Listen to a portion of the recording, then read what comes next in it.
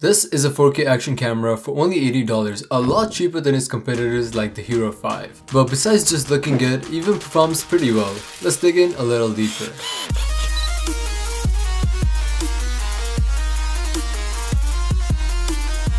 Let's start with an unboxing. The packaging itself looks pretty decent for a budget camera.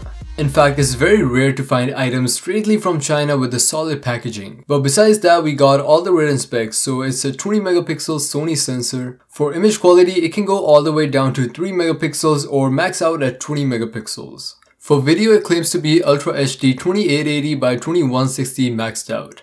And that's basically it for major specs. It also has Wi-Fi capabilities for Android and iOS and a wide angle lens. And just so you know, I will link this exact model to Amazon down in the description box. But yeah, let's start with the unboxing. Removing the paper sleeve, we'll find the cardboard box. And again, everything looks pretty solid in terms of packaging, so I really hope it's the same for the camera quality as well. But here's the camera itself with the waterproof case, pretty similar to the Hero 4 in terms of design with some little tweaks.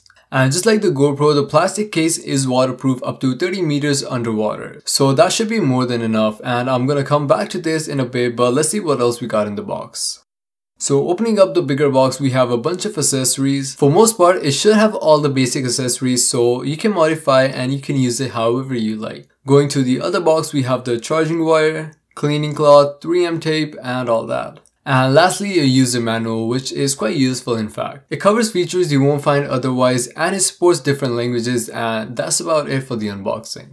So back to the action camera, removing the waterproof casing. Here is the camera itself. We have a plastic front and a rubberized finish to the chassis. On the left hand side, we have the enter button, menu, and the power button. So you can just hold the power button to turn it on. On the right, we got the TF card slot, which supports up to 64 GB, along with HD out, power input for charging and transferring data. The shutters on the top, and on the bottom we got the tripod mount and the battery slot. And it slides right out and you can just pull the battery from this point. It's a 1200 mAh battery, which is 3.8 watts. And I forgot to mention, we actually got two of these in the box, so that's pretty good. The screen itself is also touchscreen, so switching between modes can be done right from the display. And from here, you can control things like resolution, audio on and off, motion detect, and all that. This area of the camera is also touch sensitive, so you can use this to bring the menu out, switch around all the settings, and it's just a second way of doing things. But anyways, I'm gonna take the camera outside and here's how it looks. Keep in mind, all sample footages are taken at highest resolution possible, downscaled to 1080p. But let me tell you, the quality difference in the 4K file and the 1080p file isn't a lot. But still, I will have some sample footage you can download and try out yourself as sample in the description box down below. And moving on to audio, this is how it sounds. Alright guys, this is a DBPower action cam recording in the highest resolution possible. So far what they call 4K isn't quite there in my opinion. I would consider it somewhere around 1080p, 1440 upscale to Ultra HD, which is still not bad considering it's only $80. The camera also has some hard time recording when facing direct sunlight. There's a lot of glare if the lens faces the sun directly, so that's something you probably want to keep in mind.